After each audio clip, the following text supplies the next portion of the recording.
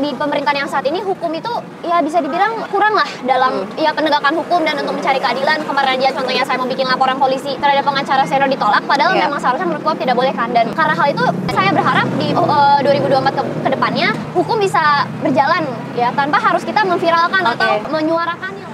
Oke, malam ini aku lagi ada di acara Festival Mooncake di Sedayu City, Kelapa Gading. Dan yang sangat spesialnya aku ketemu Kate Victoria Lim, putri dari seorang pengacara yang sedang memperjuangkan dan membela kasus ayahnya. Kita mau tanya sedikit soal kasus dari sang ayah, lalu prosesnya seperti apa, dan progres dari Kate udah sampai mana, lalu harapan Kate untuk hukum di Indonesia di tahun 2024 akan seperti apa. Kita simak selanjutnya ya. Proses hukum yang lagi Kate perjuangkan. Oke, Kate, thank you banget udah mau diwawancara sama kita.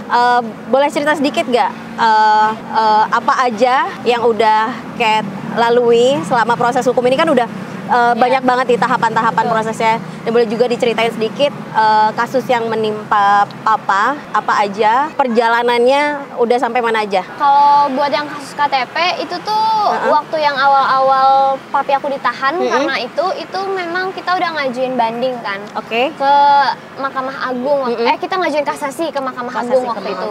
Tapi ya seiring berjalannya waktu,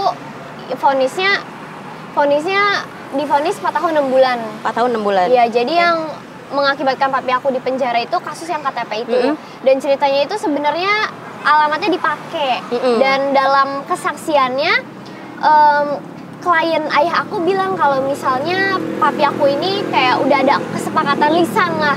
Dia bersalah seperti itu, padahal sebenarnya ada surat pernyataan yang dia tulis, dia itu dipaksa sama penyidiknya buat berbicara seperti itu karena dia ditekan posisinya dan kayak diancam anaknya bakal dipenjara. Ada surat pernyataannya yang ditandatangani, memang pada saat dia diperiksa bersaksi seperti itu dipaksa, ditekan. Jadi padahal yang aslinya itu alamat papi aku itu dipakai sama kliennya buat dia ngajuin klaim ke asuransi kerugian 6 juta. Dan memang itu sebelumnya di 2019 atau 2018 udah papi aku ditahan karena hal itu juga. Tapi abis itu naik ke Mahkamah Agung juga udah, dan putusannya berkas dikembalikan ke jaksa. Nah, terus pas sudah di 2022 ketika papi aku ini mulai jadi kuasa hukumnya korban-korban investasi bodong, abis itu dibuka kembali kasusnya. Dan emang sebelumnya udah ada yang ngancem dia untuk kalau misalnya dia tetap nih keluar bersuara ngebongkar-bongkar oknum, nanti kasus yang lama diancam bakal dibuka kembali gitu. Dan yang bener aja dibuka kembali, naik ke emang sekarang, dan udah divonis 4 tahun 6 bulan. Dan kita sekarang lagi ngajuin PK peninjauan kembali. Itu untuk yang kasus KTP. Tapi ada juga yang kasus yang ITE. Iya, dilaporkan karena kan waktu itu dalam video papi aku tuh lagi menjalankan tugasnya sebagai kuasa hukum karena kliennya ada yang diperas sama oknum kejaksaan diduga. Nah, ya karena itu dia bersuara, dia kasih tahu nih kronologinya gimana, dan karena dia kesal dalam kritiknya dia menyebut kejaksaan sarang mafia gitu. Karena kan ini loh mafianya, dia tunjukin buktinya, ada rekamannya dan lain-lain. Tapi karena itu dilaporkanlah sampai 185 laporan sama Persaja. Gitu.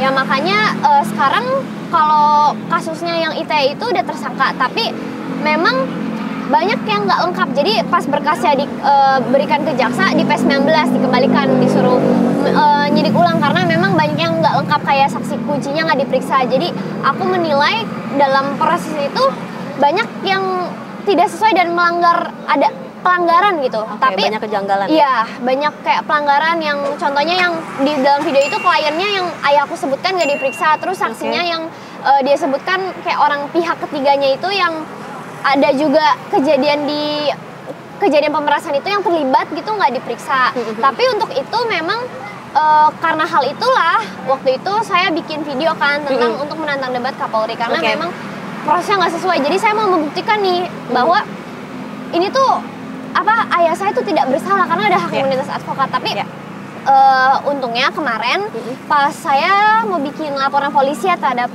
seorang pengacara senior, dalam hal itu waktu itu saya sebelumnya ditolak kan mau bikin laporan polisi. Setelah itu setelah ditolak jadinya bikin dumas karena katanya nggak memenuhi unsur pidana. Padahal kalau misalnya menurutku hak memenuhi unsur pidana atau enggak itu harusnya diperiksa pada saat udah lidik. Jadi harusnya terima laporan polisi dulu baru diperiksa saat lidik. Jadi tapi ya waktu itu ditolak, dan setelah itu saya dan keluarga kirim pesan ke Pak Kapolri, dan Pak Kapolri menyuruh kita untuk bertemu ke Kabareskrim, Kepala Bareskrim waktu itu. Nah, setelah hari itu kita bertemu, kita juga selain meminta biar laporan polisinya diterima, kita juga minta biar ada gelar perkara khusus. Karena sebelumnya tuh mengapa saya menantang Kapolri untuk berdebat, karena sebelumnya kita udah ngelakuin jalur hukum ya. Kita udah lapor ke Propam, lapor ke Wacidik, dan kita udah berkali-kali meminta buat diadakan gelar perkara khusus untuk meninjau kembali, mengkaji ulang nih kasus itu ya ayah saya, tapi nggak diterima. Dan kemarin akhirnya ketika kita bertemu ya dijadwalkan, katanya nanti dijadwalkan untuk gelar perkara khusus. Jadi dikabulkan permintaan. Berarti udah ada progresnya. Iya, ada progresnya. Jadi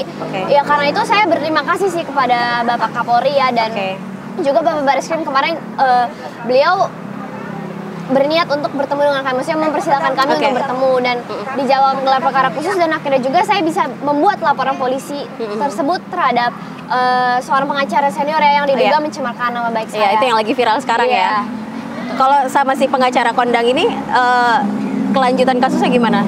Kemarin sih memang kita udah sebelumnya kan mau laporin, tapi tidak ditolak laporan polisi, yang mana seharusnya nggak boleh kan, karena sesuai KUHP juga warga negara berhak untuk melaporkan. Itu adalah hak dan kewajiban setiap warga negara.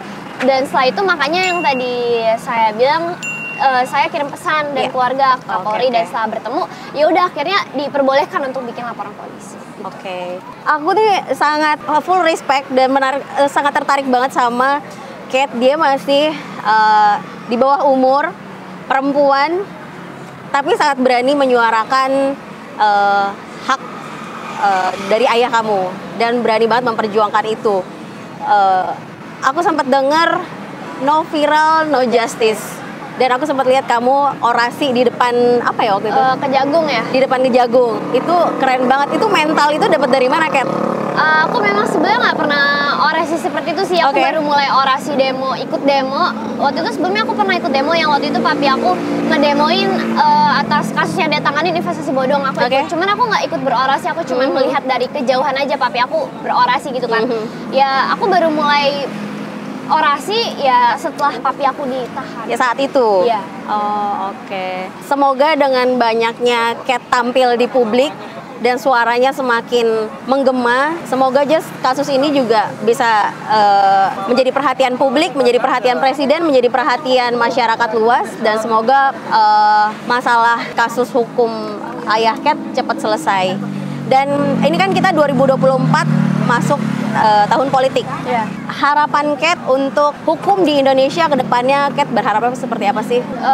Untuk hukum ke depannya ya saya berharap kalau misalnya kita lihat sekarang di pemerintahan yang sekarang kan memang ya infrastruktur semuanya udah bagus, ekonominya memang sudah bagus sekali dan banyak pendidikan, fasilitas banyak lah. Tapi memang yang saya lihat di pemerintahan yang saat ini hukum itu ya bisa dibilang kurang lah dalam ya penegakan hukum dan untuk mencari keadilan. Kemarin aja contohnya saya mau bikin laporan polisi terhadap pengacara senior ditolak, padahal memang seharusnya menurut KUHP tidak boleh kan. Dan karena hal itu saya melihat masih ada tebang pilih dan asas hukum yang kita pelajari secara teori itu belum dipraktekkan. Jadi tapi ya setelah kita sudah memviralkan ya, mungkin saya lihat setelah mungkin banyak orang udah tahu, barulah mungkin ya mulai dapat atensi atau perhatian. Jadi saya berharap di 2024 ke depannya hukum bisa berjalan ya tanpa harus kita memviralkan atau menyuarakannya lah. Jadi ya sesuai proses yang benar. Jadi nggak harus viral dulu baru kita bisa dapat keadilan gitu. Itu yang saya harapkan. Thank you. Itu tadi wawancara singkat sama Kate. Kita semua berdoa supaya Kate semakin kuat mentalnya menghadapi oknum-oknum. Dan semoga kasus Bapak Alvin Lim cepat selesai ya. Thank you Kate. Aku kayak lagi ngobrol sama anak S2 apa Master Law. Thank you banget ya.